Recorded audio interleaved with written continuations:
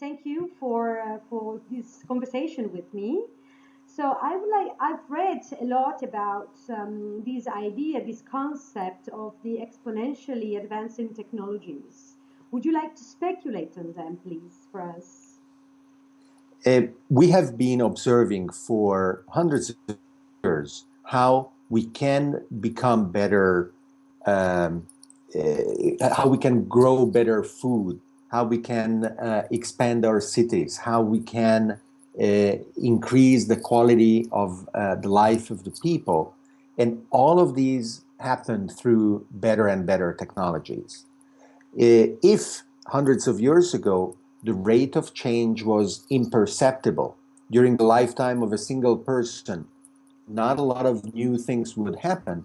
For the past couple of hundred years, certainly the rate of change accelerated, whether it is the electrification of the cities, or before that, the steam engine, or the automobile, or the phone.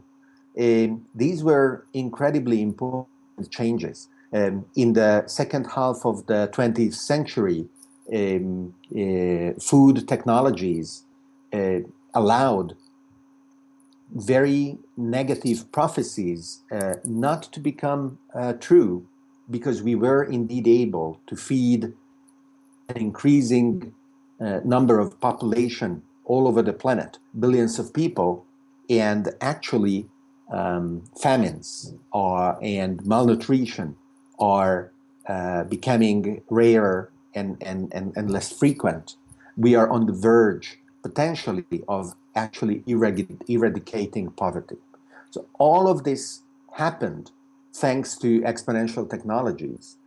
Our accumulated knowledge through the scientific method and the implementation of that knowledge in our engineering solutions across energy, transportation, manufacturing, food, health, and so on. Okay. And another question I would like to just to address is what is the role of the individual in a world that is driven by exponential technologies? Does it mean that technologies will lead our world, or does the individual have a role within such a society?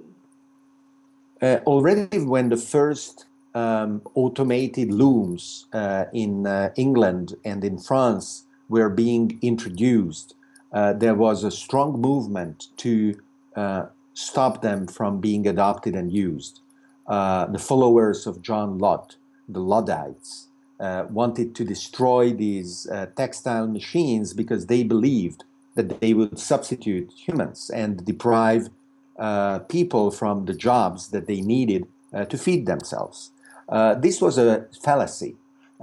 Jobs are not a scarce resource. There is not a limited amount of jobs.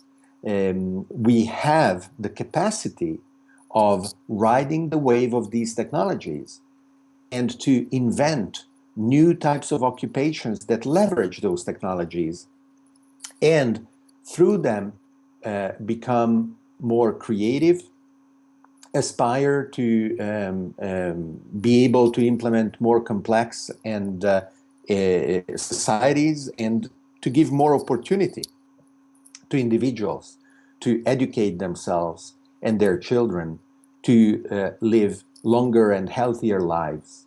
And that is what is also happening today. So certainly certain professions are going to disappear. It is not a great job to be working in a mine, for example. So if robots can go into mines instead of people, it will be a huge positive rather than the negative. It is the responsibility of both individuals and society at large to make sure that those people who lose their jobs have an opportunity to find jobs elsewhere, to retrain, and to aspire to keep contributing to their families, to society, and of course to lead meaningful lives. Yeah, but if robots will substitute humans, so what about what kind of jobs will humans be able to do? The fundamental social contract that drives society today is that you need to work in order to be recognizably um, um, supported member of society. You work to live. But this is a false premise. And we need to restructure the social contract. If tomorrow we extend what is the range of human rights, just as today the Universal Declaration of Human Rights includes the right to health, for example, to additional rights that are endowed to individuals just because they exist, then we will be able to have a complete shift of our reference frame of our mind to realize that new degrees of freedom become available.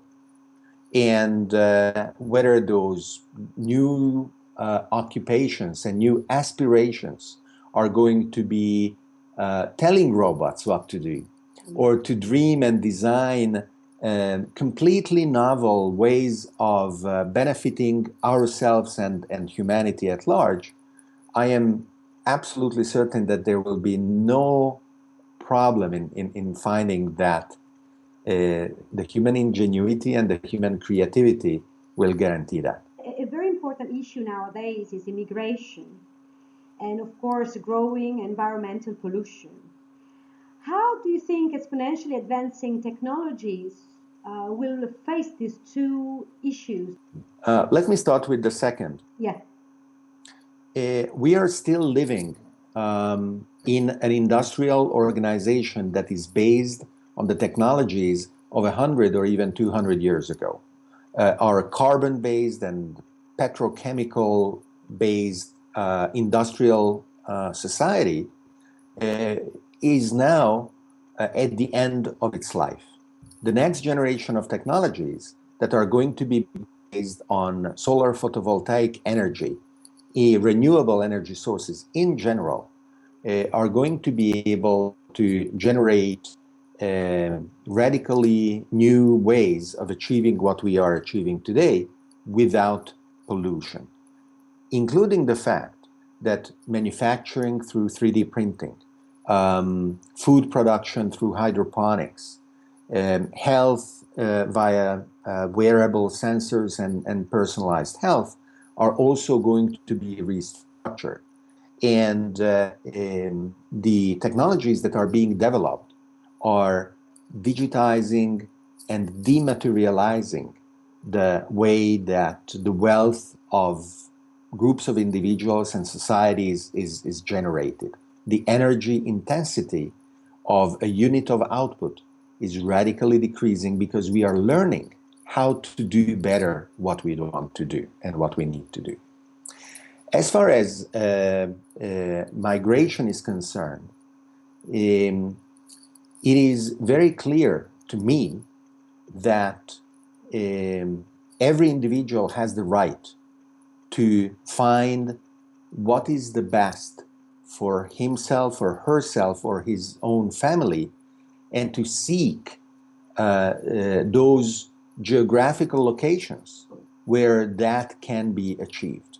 And any restriction against this fundamental desire is an expression of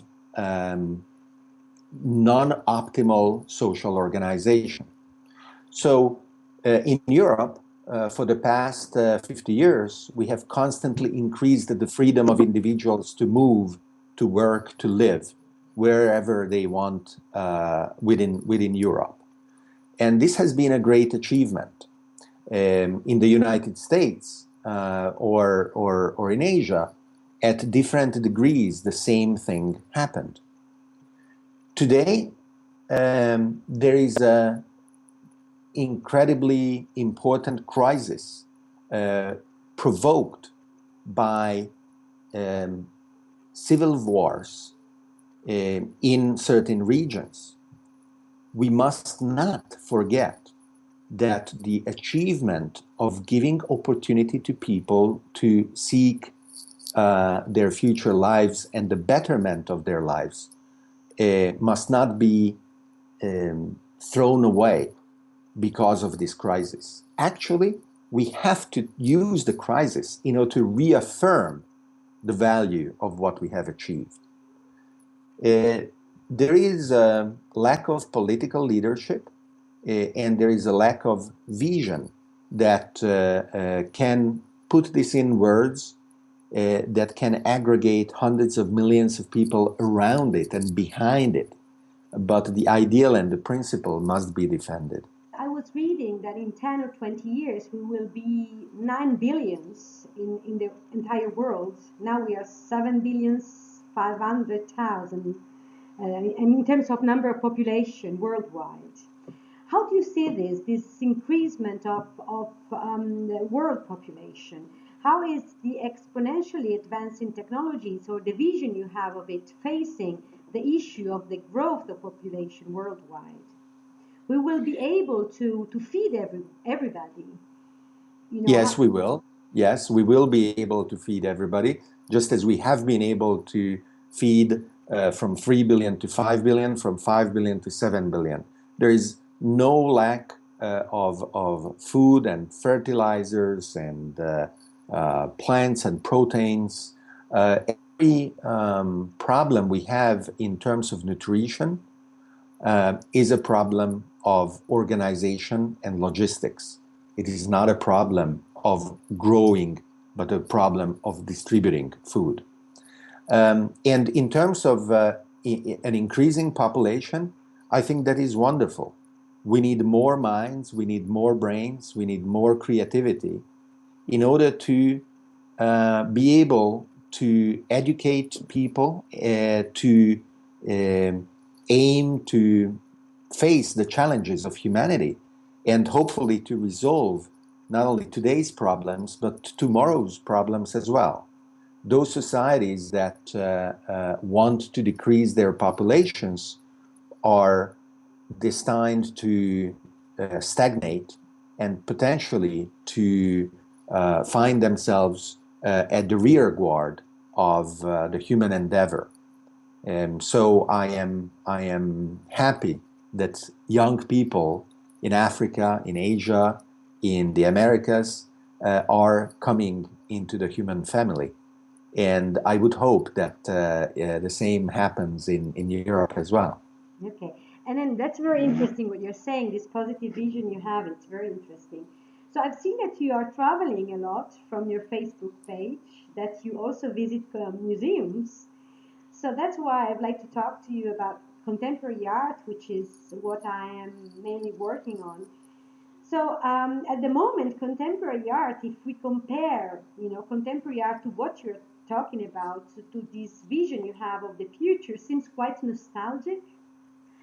And then mainly we are dealing, if you go to exhibitions such as the Venice Biennial last year or many exhibitions I'm visiting frequently, we are mainly dealing with these major problems that we are facing worldwide, as we were saying, like immigration, like environmental pollution. So you see much more kind of, you have such a more kind of futuristic vision than contemporary art. So, what do you think is the role of contemporary art in the exponentially advancing technologies? In a Uh, world that is, driven by exponentially advancing technologies? Art is a language that we use every day to interpret the world around us. So those artists that express the anxiety of being unable to interpret the world are actually expressing an important fact. Uh, it is not easy to understand what the consequences of these exponential technologies are. And that is why it is very important for centers of science and technology to interface with the world of art. There are some wonderful initiatives around this. For example, in California, both NASA and also other institutions like the SETI Institute, the SETI program is the Search for Extraterrestrial Intelligence, employ artists in residence, people who are tasked with having a very open dialogue with scientists and engineers and translate those dialogues in works of art that can be in a language that a broader number of people understand. It happens in Europe as well. CERN, for example, the European research that produced, that designed and built the machine that discovered the Higgs boson and other particles, Nobel Prize winning endeavors in Geneva, Switzerland, have artists in residence with the same objective. So this collaboration is extremely important. At the same time, we are biologically programmed to pay attention to dangers much more than not to the positive messages. So I am not surprised that Hollywood movies tend to describe the future more in terms of dystopias rather than in terms of utopias, because they sell more tickets. Mm-hmm. So it is fine. And just because those depictions of the future are frightening, that doesn't mean that that is the reality that is going to become our reality in the future. It is cathartic, and it is a vision of what to avoid, actually. So it's entertaining, it's fun, and it is fine. Okay, and then another thing is, it would be about you. And so you said, I'd like you to tell us something about yourself and, you know, your main commitments and also your personal vision of the future. Sure. So I've been studying and applying exponential technologies for the past 20 years and more. I've created, advised, and grown startups both in Europe and in the US by the dozens, literally. Many of these have become successful. And through this experience, I really developed a vision that takes exponentials for granted, allowing me to ask myself, what next? And I see an important shift coming, which leverages exponential technologies in organizations that are distributed and decentralized. Just like we are talking over the internet between two continents, yes. Eliminating the distance between each other, thousands and millions of people are able to collaborate today this way, whether in energy, manufacturing, food, finance, security, learning, policymaking even. Decentralized networks are achieving a competitive advantage opposed to centralized and hierarchical ones. 2 years ago, I founded a nonprofit called Network Society Research that is analyzing this shift. It is a think tank now with representatives in over 30 countries. And now I am in the process of launching Network Society Ventures, which is an investment fund that invests in startups, teams, technologies, ideas that implement these technologies for huge economic upsides.